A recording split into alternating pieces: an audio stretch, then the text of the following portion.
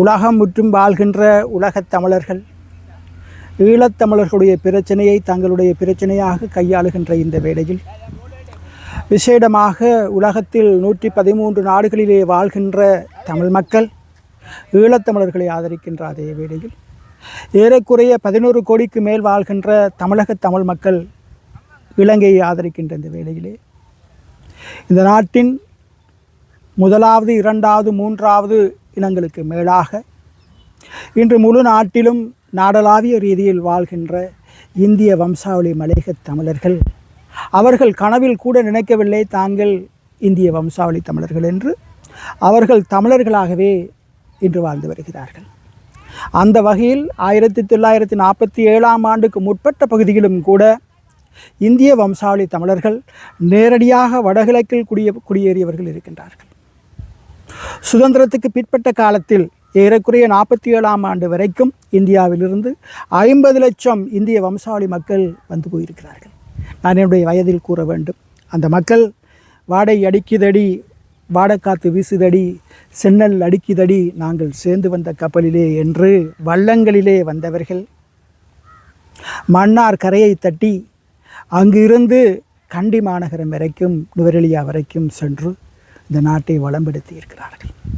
அந்த மக்கள், வஞ்சகமற்ற அந்த மக்கள், இந்தியாவிலிருந்து ஏனைய தேசங்களுக்கு சென்ற மக்கள் அந்த நாட்டின் பிரதமராக, அமைச்சர்களாக, ஆலோசகர்களாக, உலக வங்கியின் தலைவர்களாக, அதேபோல் கூகுள் அமைப்பின் தலைவராக பல்வேறு மட்டத்தில் வந்திருப்பதை போல் இலங்கையிலும் விசேடமாக அந்த மக்கள் இன்று 20 லட்சத்துக்கு மேல் அடையாளப்படுத்தப்பட்டு இனமாக்கப்பட்டு அவர்கள் இந்த நாட்டின் மிகப்பெரிய ஒரு இனமாகவும் இந்த நாட்டை நேசிக்கின்ற ஒரு மக்களாகவும் இருக்கின்றார்கள். மலையக மக்களிடம் இருக்கின்ற ஒரு விசேஷ தன்மை, இந்திய வம்சாவளி தமிழர்களிடம் இருக்கின்ற ஒரு விசேடத்தன்மை, அவர்கள் ஒருபோதும் தம்மை பிரித்து பார்த்ததாக வரலாறு கிடையாது. ஈழப் போராட்டத்தில் அவர்களுடைய பங்களிப்பு மிகப்பெரிய பங்களிப்பு என்பதனை அந்த இயக்க தலைவர்கள் அத்தனை பேருமே ஒத்துக்கொண்டிருக்கிறார்கள். நான் இந்த சந்தர்ப்பத்தில் என்னுடைய அனுபவம், நீண்ட கால அனுபவம், வரலாற்றின் நீண்ட காலம் தெரிந்தவன் என்ற வகையில் நான் கூற வேண்டும். தமிழீழ விடுதலை போராட்டத்தில் இந்திய வம்சாவளி மலையக தமிழர்களுடைய பங்களிப்பு மிகப்பெரிய பங்களிப்பாகும். ஆணையரவு தாக்க போட்ட போது எவ்வாறு கர்னல் பால்ராய் செயல்பட்டாரோ, எவ்வாறு பிரபாகரனுக்கு அன்று வசந்தன் மாஸ்டர் பயிற்சி அளித்தாரோ, எவ்வாறு ஆனக்கோட்டையில் கர்னல் நவம் பிரபாகரனை காப்பாற்றினாரோ, எவ்வாறு முதலாவது வீரப்போராளி கர்னல் பௌத்திரன் தன்னுடைய மரணத்தை எய்தினாரோ, இவர்கள் அத்தனை பேரும் இந்திய வம்சாவளி மலையக தமிழர்களாக இருக்கவில்லை, அவர்கள் ஈழப் போராளிகளாகவே இருந்திருக்கின்றார்கள். இந்த வரலாற்றில் இறுதி யுத்தம் வரைக்கும் ஏறக்குறைய 16,000 மலையக இளைஞர் யுவதிகள் செத்து மடிந்திருக்கிறார்கள். விசேடமாக ஒரு வரலாறை நான் சொல்ல வேண்டும். மன்னாரிலே குஞ்சுக்குளம் தாக்குதல் நடைபெற்ற போது அங்கு ரெலா என்ற மலையக மக்களுக்கான ஒரு அமைப்பு இருந்து அதனுடைய தலைவராக ஹட்டன் பன்மூர் தோட்டத்தைச் சேர்ந்த ரூபகாந்தன் என்பவர் தலைமையில் 200 பேர் செத்து மடிந்தார்கள். இதெல்லாம் வரலாறு. ஆகவே இந்த வரலாறெல்லாம் நாம் சொல்ல வேண்டிய ஒரு கடமைக்கு வந்திருக்கின்றோம். காரணம், வடகிழக்கிலே வாழ்கின்ற எங்களுடைய பாரம்பரிய தமிழர்கள், பூர்வீக தமிழர்கள் இந்த நாட்டை விட்டு வெகுவாக சென்று கொண்டிருக்கிறார்கள். ஆனால் என்ன துன்பங்கள் வந்த போதிலும் இந்தியாவிலிருந்து ஒருமுறை வந்த தமிழர்கள் இனிமேல் அவர்கள் இந்தியாவுக்கு அல்ல எங்கேயுமே செல்லாமல் இந்த மண்ணையே நேசித்து இந்த மண்ணிலே வாழ்ந்து இந்த மண்ணிலே முத்தமிடக்கூடிய சூழலில் அவர்கள் வந்து கொண்டிருக்கிறார்கள். அண்மையிலே கடந்த வாரம் எங்களுடைய நாடாளுமன்ற உறுப்பினர் சாவகச்சேரி பிரதேசத்தில் வென்றிருக்கின்ற வைத்திய கலாநிதி அர்ச்சுனா ராமநாதன் என்பவர் தொடர்ந்து மலையக மக்களை மிக கேவலமாக திட்டுகின்ற ஒரு நிலைமையை நாங்கள் யாழ்ப்பாணத்திலிருந்து பார்த்து கொண்டிருக்க முடியாது. நாங்கள் சமூகத்திற்கான தலைவர்கள், நாங்கள் அரசியல் தலைவர்கள் அல்ல. அவர் ஒரு கட்டத்தில் கூறுகின்றார், கிளிநொச்சியான் நாய்கள் என்று கூறுகிறார். கிளிநொச்சியில் இருப்பவன் எவனுமே அங்குள்ளவன் அல்ல, மத்திய மலை நாட்டிலிருந்து மத்திய பிரதேசத்தில் வந்திருக்கின்ற நாய்கள் என்று கூறுகிறார். யாழ்ப்பாண மக்கள் படித்தவர்கள் என்று கூறுகின்றார். ஆனால் யாழ்ப்பாணத்தவர்கள் படித்தவர்கள், பண்பானவர்கள், இந்த மண்ணை நேசிக்கின்ற மக்கள் என்ற வகையில் நாம் எங்களுடைய இந்திய வம்சாவளி மக்களுடைய குரலாக நாங்கள் கூற வேண்டியது, அர்ச்சுனா ராமநாதன் என்பவர் தன்னுடைய நிலைமையை மாற்றிக்கொள்ள வேண்டும். இல்லாது போனால் எவ்வாறு இலங்கையினுடைய ஈழத்தமிழர் போராட்டம் தோல்வி கண்டு அது வடகிழக்காக பிரிந்து பல்வேறு கூறுகளாக இன்று சீரழிந்து இருக்கின்ற இந்த காலகட்டத்தில் இன்று தப்பி இருக்கின்ற மலையக மக்கள் கிளிநொச்சியில் அவர்கள் மீண்டும் ஒருமுறை தங்களை இந்திய வம்சாவளி மலையகத் தமிழர்களாக சிந்திப்பார்களே, ஆனால் யாழ்ப்பாணம் மட்டுமே மிஞ்சும். இந்த துன்பகரமான சூழ்நிலையை இங்கு வாழ்கின்ற தமிழ் தேசிய கூட்டமைப்பினர், அகில இலங்கை தமிழ் காங்கிரசினர், முற்போக்கு கூட்டணியினர், அது எவராக இருக்கட்டும், அத்தனை பேரும் சேர்ந்து கண்டனம் எழுப்ப வேண்டும். ஆயுதம் ஏந்திய அத்தனை இயக்கங்களிலும் மலையக இளைஞர்கள் இருந்திருக்கின்றார்கள். அந்த இயக்கங்கள் இன்றும் இருக்கின்றன. அவர்கள் கண்டனங்கள் எழுப்ப வேண்டும். இல்லாது போனால் இது மாபெரும் ஒரு வரலாற்று தவறினை ஈழத்தமிழர்கள் இழைத்ததாகவே முடியும். ஈழத்தமிழர்களை மாத்திரமல்ல, உலகெங்கும் வாழ்கின்ற இந்திய வம்சாவளி தமிழர்களை கேவலப்படுத்தியதாகவே இது அமையப்போகிறது. ஆகவே நாங்கள் வன்மையாக கண்டிக்கிறது மாத்திரமல்ல, அர்ச்சுனா ராமநாதன் என்பவருக்கு சட்டத்திட்டங்கள் எதுவும் பொதுவாக தெரியாத போதிலும் நாங்கள் அவர் மக்கள் தெரிவு செய்த ஒரு பிரதிநிதி என்ற வகையில் அவர்களிடம் நான் கூறுகிறேன், பாராளுமன்ற ஜனநாயகத்தின் ஊடாக பாராளுமன்ற வரப்பிரசாதங்களுக்கு உள்ளால் அவர் கதைப்பது பிழை அல்ல. ஆனால் பாராளுமன்றத்திற்கு வெளியே அவர் இவ்வாறு பேசுவதன் மூலமாக அவர் கைது செய்யப்படலாம், கைது செய்யப்பட வேண்டும், நீதிமன்றத்தில் முன்னிறுத்தப்பட வேண்டும். அது மாத்திரமல்ல, அவரை சிறை வைக்கலாம். இதுதான் இலங்கையினுடைய சட்டத்திட்டங்கள். ஒரு இனத்துக்கு மீதாக, ஒரு மதத்துக்கு மீறாக எவரும் வேறொருவர் கதைப்பதானது இந்த நாட்டின் இனமுறுகளையே உருவாக்கும். கடந்த காலங்களில் தமிழ் மக்களுக்கும் சிங்கள மக்களுக்கு பிரச்சனை இருந்தது போல் அது இன்று இந்த நாட்டை இந்த அளவுக்கு சீரழித்திருக்கிறது. ஆகவே இன்றும் நாங்கள் கூறுகின்றோம், மலையக மக்களை தயவு செய்து நீங்கள் விரும்பாது போனால் அவர்களை தொட்டு கதைக்க வேண்டிய தேவை கிடையாது. நான் கூற வேண்டும், விசேடமாக மட்டக்களப்பிலே கிழக்கு மாகாணத்திலே 47 கிராமங்கள், பழைய கிராமங்கள் எல்லாம் இன்று தொலைந்து போயிருக்கின்றன. அடையாளங்கள் இல்லாமல் போயிருக்கின்றன. ஏறாவூர் பொத்துவில் அல்லது நிந்தவூர் பொத்துவில் கல்முனை இன்று இல்லாமல் போயிருக்கிறது. ஏறாவூர் ஓட்டமாவடி இன்று இல்லாமல் போயிருக்கிறது. மட்டக்களப்பு மாத்திரமே மிஞ்சி இருக்கிறது. பதுளை பெரிய புல்லுமலையிலிருந்து செங்கலில் வடிக்கும் இருந்த மலையக மக்கள் மீண்டும் இன்றைக்கு துரத்தப்பட்டு விட்டார்கள். அந்த காலங்களில் 84ஆம் ஆண்டு கேடவழிய தேவநாயகம் அவர்களால் வழங்கப்பட்ட காணியை கௌரவ இஸ்புல்லா அவர்கள் இன்று அபகரித்து பல்கலைக்கழகம் கட்டியிருக்கிறார். கிழக்கு மாகாண தமிழர்கள் மீண்டும் துரத்தப்பட்டு விட்டார்கள். அதேபோல் இறுதி யுத்தத்தின் போது பல தமிழர்கள் ஊரை விட்டு சென்று விட்டார்கள், பலர் அழிந்து விட்டார்கள், பலர் செத்து விட்டார்கள். ஆனாலும் இன்னும் அந்த கிளிநொச்சி மண்ணில் அவர்கள் வாழ்ந்து கொண்டிருக்கிறார்கள். அவர்களுக்கு அர்ச்சுனா ராமநாதன் சொல்வது போல் பெரிய காணி உரிமை கிடையாது, பெரிய நீர்நிலைகள் கிடையாது. அங்கு இருக்கின்ற இரண்டமடு குளத்திலிருந்து மலையாளபுரத்துக்கு வெறும் 2.5 கிலோமீட்டருக்கு கூட தண்ணி கிடையாது. யாழ்ப்பாணத்துக்கு தண்ணி கொண்டு வருவதற்கு கிளிநொச்சி மக்கள் எதிர்க்கிறார்களா இல்லையா என்பதை விட கிளிநொச்சியில் வாழ்கின்ற மக்கள், மலையக மக்கள், மலையாளபுரத்தில் இருக்கின்ற மக்களுக்கு கூட நீர் கிடையாது.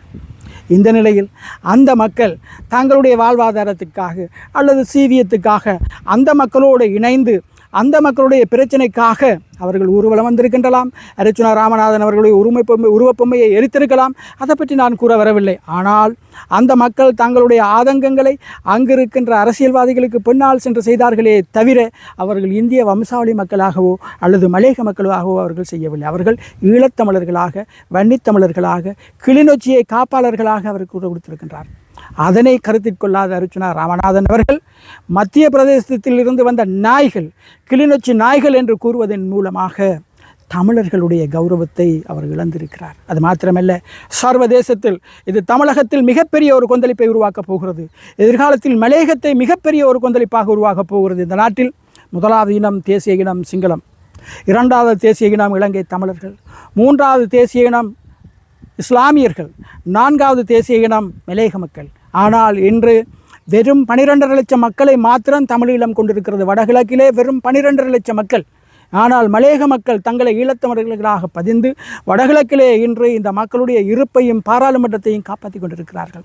ஏறக்குறைய 20 லட்சத்தை தாண்டி இருக்கின்ற அந்த மக்களை அர்ச்சுனா ராமநாதன் வடக்கத்தியான் அல்லது மலையகத்தான் அல்லது வந்து குடியேறவன் கூறுவதன் மூலமாக எதிர்காலங்களில் ஜூலை மாதங்களில் அல்லது ஜூன் மாதங்களில் கணக்கெடுப்பு, வாக்காளர் கணக்கெடுப்பு நடக்கின்ற பொழுது அந்த மக்கள் தங்களை இந்திய வம்சாவளி மலையகத் தமிழர்கள் என்று பதிய துவங்கினால் ஈழத்தமிழர்களுடைய நிலைமை மிகவும் துன்பகரமாகவே முடிந்துவிடும். அதனை நாங்கள் விரும்பவில்லை. நாங்கள் இந்த மண்ணிற்கு சொந்தமானவர்கள், இந்த மக்களுக்காகவே நாங்கள் வாழ்கின்றோம். இந்த மண் எங்களுடைய மண்.